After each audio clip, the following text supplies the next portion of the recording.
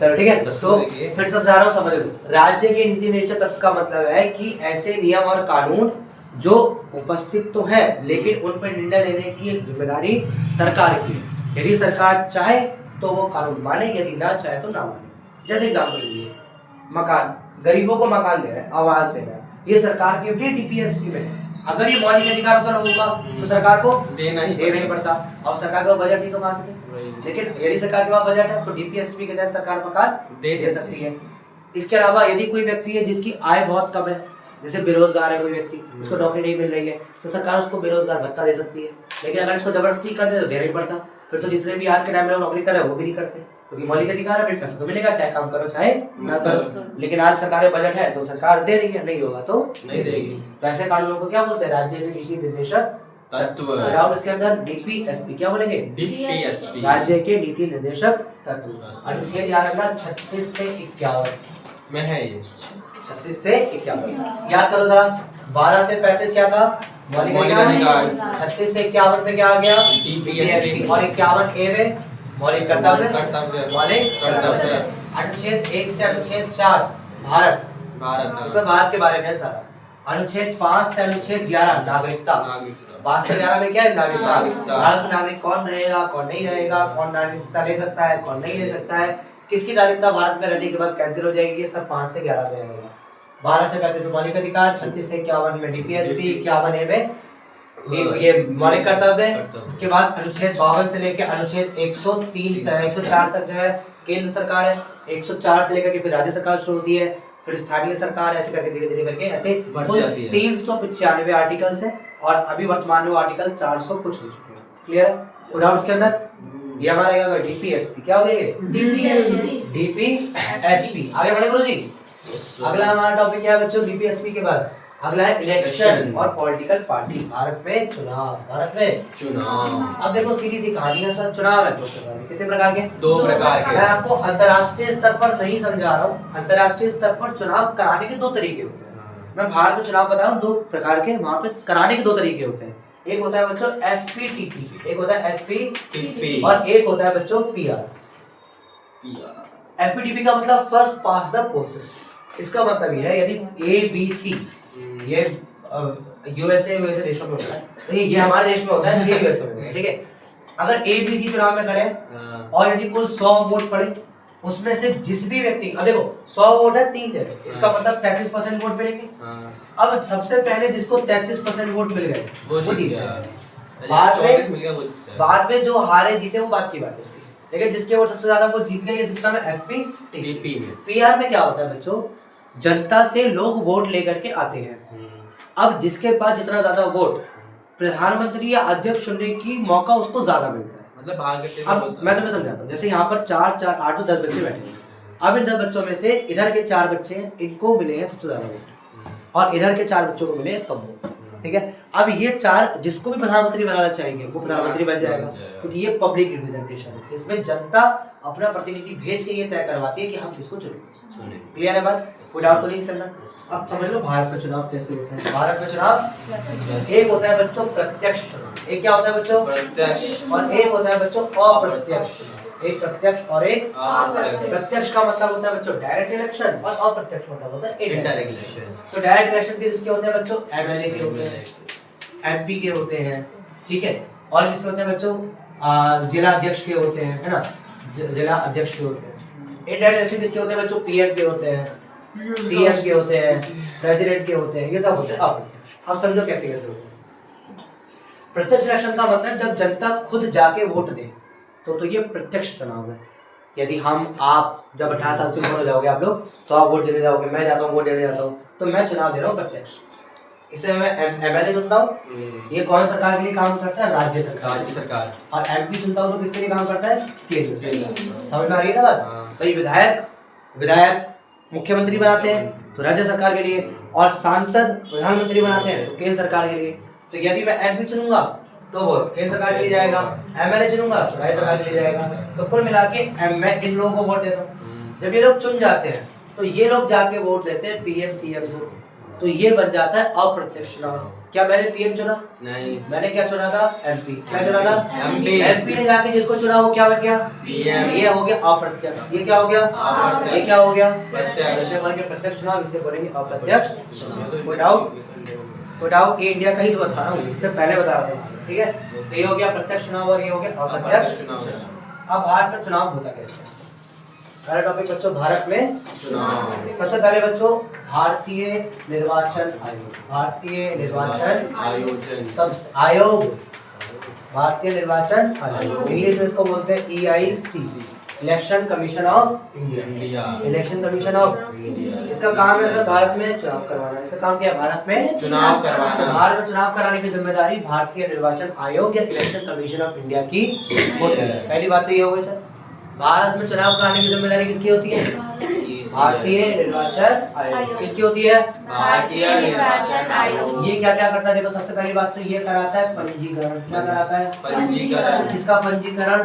जो चुनाव लड़ना चाहते हैं, जो चुनाव लड़ना चाहते हैं। फिर ये बच्चों देता है वोटर लिस्ट। क्या देता है? Voter list. यानी वो लोग जो इस चुनाव में वोट डालेंगे, जो इस चुनाव में क्या करेंगे? वोट डालेंगे। पंजीकरण किसका होगा? जो लड़ेंगे। पंजीकरण किसका होगा? जो लड़ेंगे। और वोटर लिस्ट में कौन आएगा? जो वोट देंगे। वोट देंगे, ठीक है?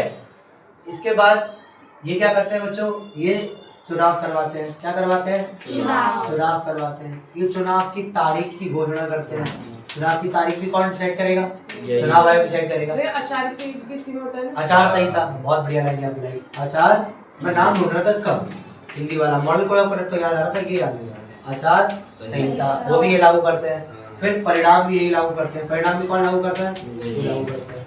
अब देखो सबको समझा रहा हूँ। पंजीकरण का मतलब जो चुनाव लड़ेगा उसका नाम लिखना, वोटर लिस्ट का जो वोट देगा उसका नाम लिखना। चुनाव करवाने का मतलब, अब चुनाव करवाना कोई छोटा मोटा काम नहीं है। आप ड्यूटी असाइन करोगे, व्यक्तियों को बताओगे कि आपका काम ये है, आपका काम ये है। उसके बाद वोटिंग मशीन पहुंचाओगे। अब वोटिंग किस पे होती है बच्चों? तो ईवीएम पे होती है। किस पे होती है? हिंदी में क्या, इंग्लिश में फुल फॉर्म क्या होती है? इलेक्ट्रॉनिक वोटिंग मशीन, ठीक है? विद्युत चलित मत यंत्र।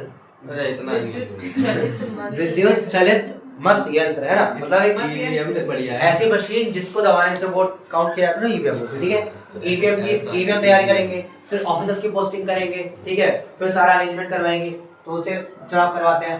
तारीख की घोषणा करते हैं, किस तारीख को चुनाव होगा ये बताएंगे। अच्छा, आचार संहिता क्या होती है? देखो, चुनाव की तारीख की घोषणा होने के बाद, मैंने क्या बोला?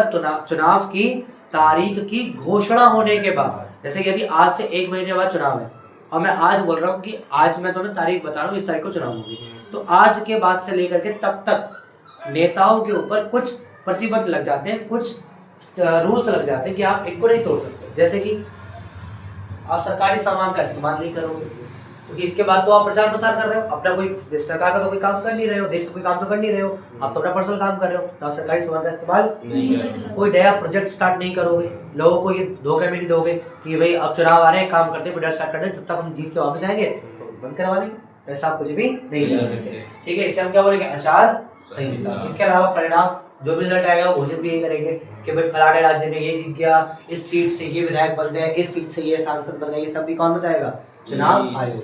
कौन बताएगा? चुनाव आयोग। Any doubt right now? No sir. इस चुनाव भारतीय निर्वाचन आयोग में तो कोई दिक्कत नहीं है। अगला देखो, अब चुनाव कैसे हुआ वो समझ में आ गया।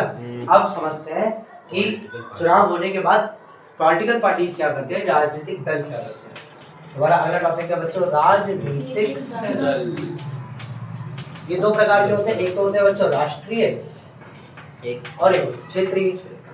राष्ट्रीय और क्षेत्रीय। इसके अलावा बच्चों एक चीज और होती है जिनको हम बोलते हैं दबाव समूह। दबाव समूह, ये तो नया टॉपिक है लेकिन अच्छा है, ठीक है? समझते रहो बच्चों। राष्ट्रीय राजनीतिक दल ऐसे दल होते हैं जिनका काम होता है ये सब लोग मिल करके एक साथ चुनाव लड़ते हैं, चुनाव में जीतते हैं, चुनाव जीतने की कोशिश करते हैं, और इनका मेन काम है कि जनता की दिक्कतों को सरकार तक लेके जाना या उनकी दिक्कतों को सॉल्व करना।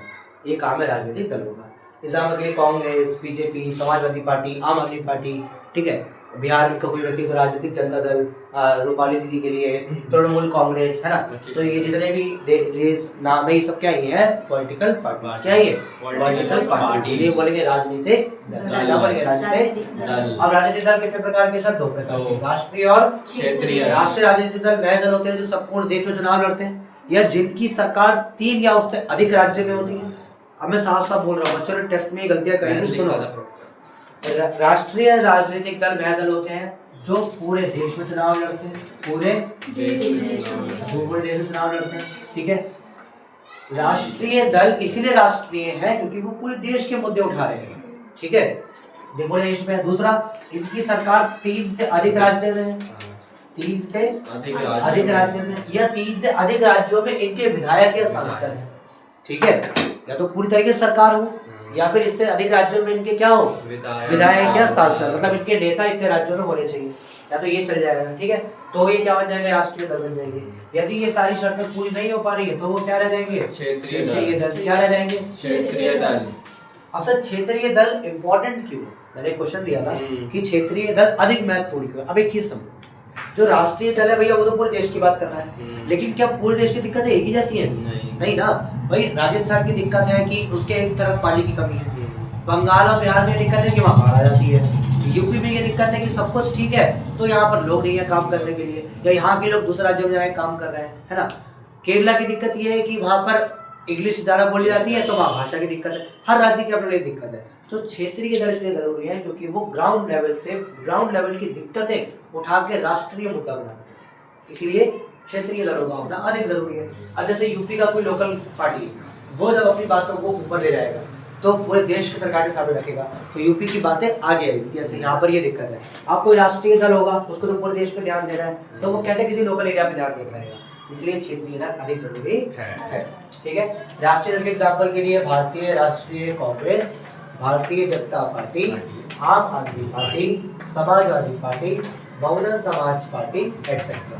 अगर क्षेत्रीय दल की बात करें तो बिहार में जनता दल यूनाइटेड, राष्ट्रीय जनता दल, ऑल इंडिया मुस्तलिक उल मुंतदी जो भी इसका नाम है, AIDMK, अकाली दल इन पंजाब, शिवसेना इन महाराष्ट्र, लोक शक्ति पार्टी इन बिहार, इसके अलावा जनशक्ति पार्टी इन उत्तर प्रदेश, और इसके अलावा नीचे चले जाओ साउथ में तो Telugu Desam party, Mizo national front, MNF, ठीक है। ये सारी आपकी क्षेत्रीय।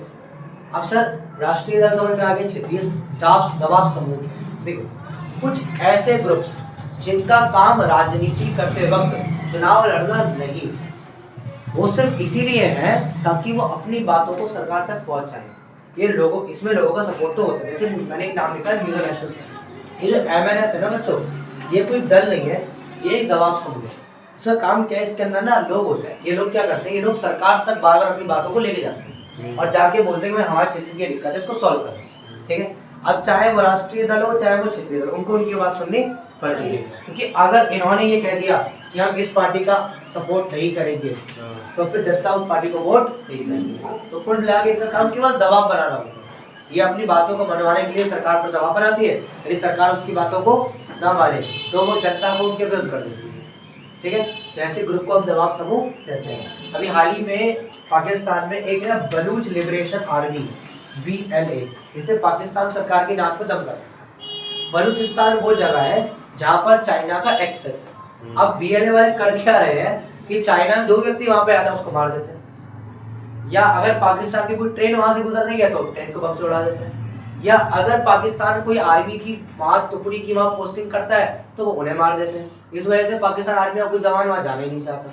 तो BLA एक दबाव समूह है, ये चुनाव को नहीं लड़ रही पर इस सरकार पर दबाव बना रही है, और ये कोई हवा भी नहीं कर रही है, इसकी दिक्कतें हैं। बलूचिस्तान का जो क्षेत्र है वो पाकिस्तान का सबसे बड़ा बिजली उत्पादन क्षेत्र है, सबसे ज्यादा बिजली वही बनती है, लेकिन बलूचिस्तान में बिजली ही नहीं आती, इसलिए ये खिलाफ, ठीक है। बात समझ में आई।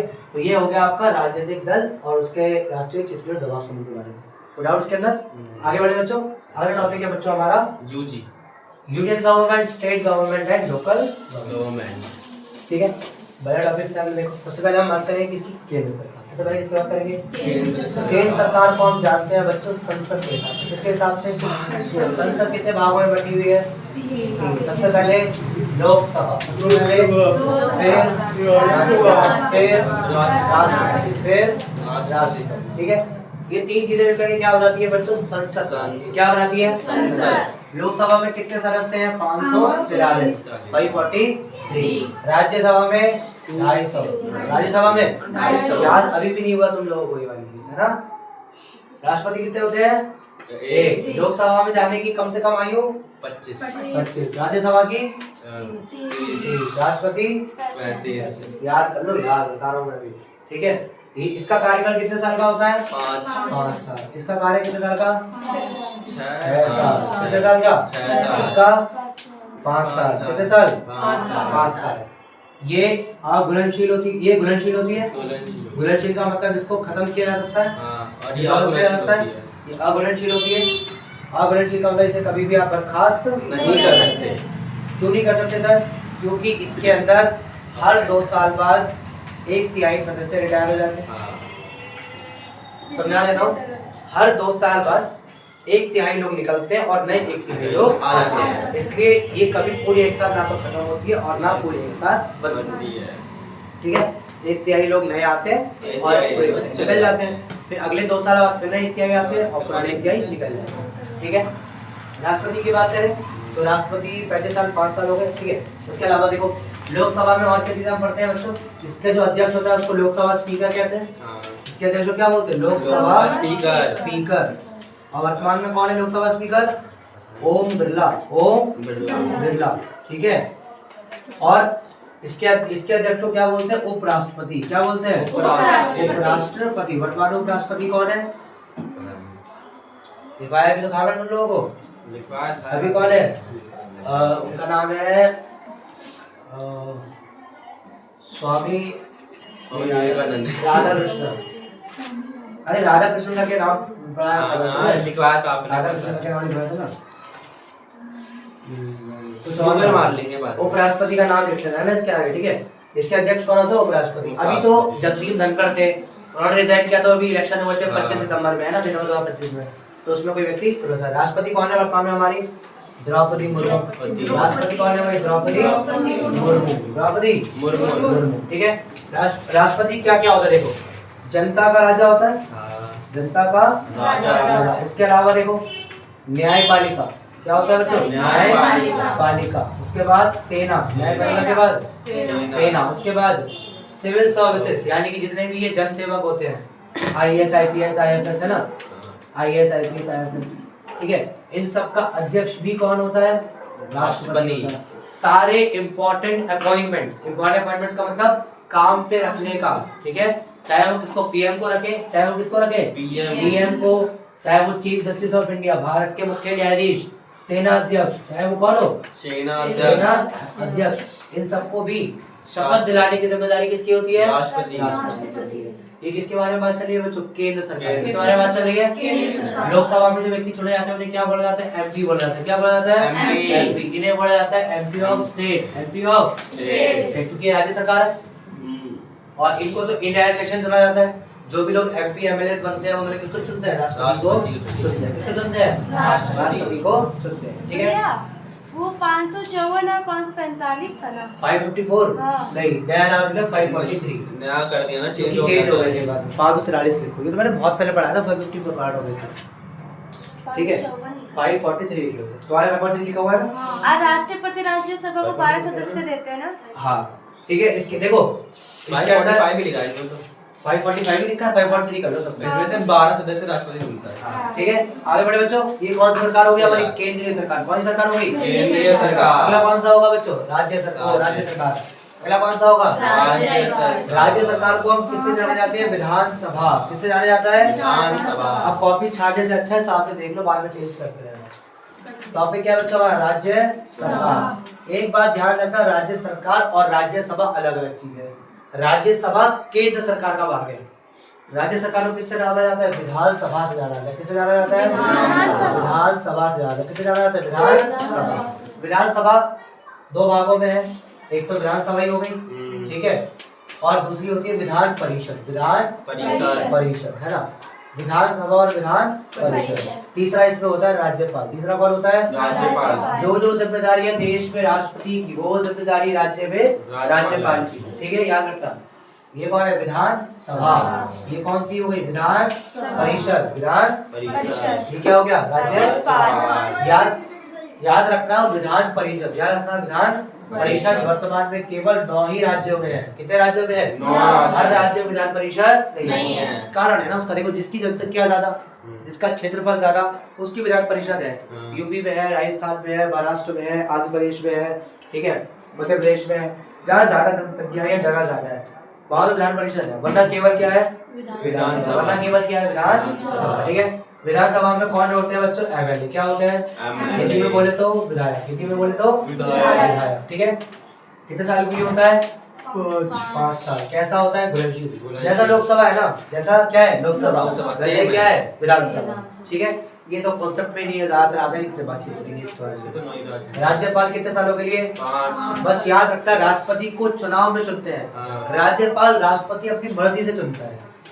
राष्ट्रपति अपनी मर्जी से चुनता है, बस राष्ट्रपति को वो लोग चुनते हैं और राष्ट्रपति से चुनता है। किसे चुनता है?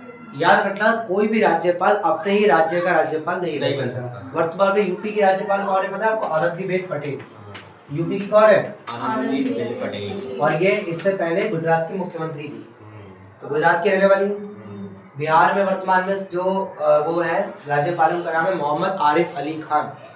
मोहम्मद आरिफ अली खान, वो मूल रूप से केरला के रहने वाले हैं। कहाँ के रहने वाले हैं? केरला के ना। ऐसे आचार्य देवव्रत थे पहले एक जगह के, वो राजस्थान के थे, है ना, रहने वाले। तो जो भी जहाँ के हो वहाँ पे वो नहीं रहेंगे, तो जहाँ के वहाँ के राज्यपाल नहीं बन सकते। ठीक है, इसके बारे में बात होगी हमारी। केंद्र सरकार के बारे में, राज्य सरकार की बात होगी। अब हम बात करेंगे स्थानीय सरकार। इसकी बात करेंगे स्थानीय सरकार। ठीक है,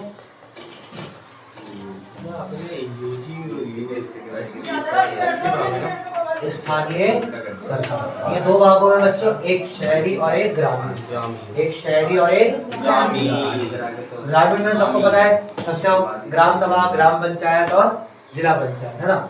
ग्राम सभा सबसे पहली बात तो जिला पंचायत, सबसे पहले कौन सी आती है? जिला पंचायत। फिर आता है ग्राम परिषद, ग्राम परिषद। फिर आता है ग्राम सभा, ग्राम सभा। ऐसे समझो, हर गांव में ग्राम सभा होती है। 10, 20, 50, 60, 100 गांव की मिलकर ग्राम परिषद बनती है, और ऐसी 100-200 ग्राम परिषद मिला के एक जिला पंचायत बनती है। ये सब गाँव का कंट्रोल करते हैं। इसको कंट्रोल करते हैं गाँव। ठीक है, शहर में सबसे पहले सबसे ऊपर होता है जिला, जिले के नीचे होता है ब्लॉक। क्या होता है? हमारा अशोकनगर कौन सा ब्लॉक है? पढ़ा है किसी ने? Block 04E। जब भी कभी अशोकनगर के चुनाव होते हैं निगम पार्षद के, तो ब्लॉक 04E लिखा रहता है। ठीक है, तो ब्लॉक होता है। ठीक है, जिला और कई जगह पर एमसीडी भी होती है। क्या होती है? एमसीडी। जैसे दिल्ली में है, जैसे मुंबई में है ना। क्या होता है? एमसीडी।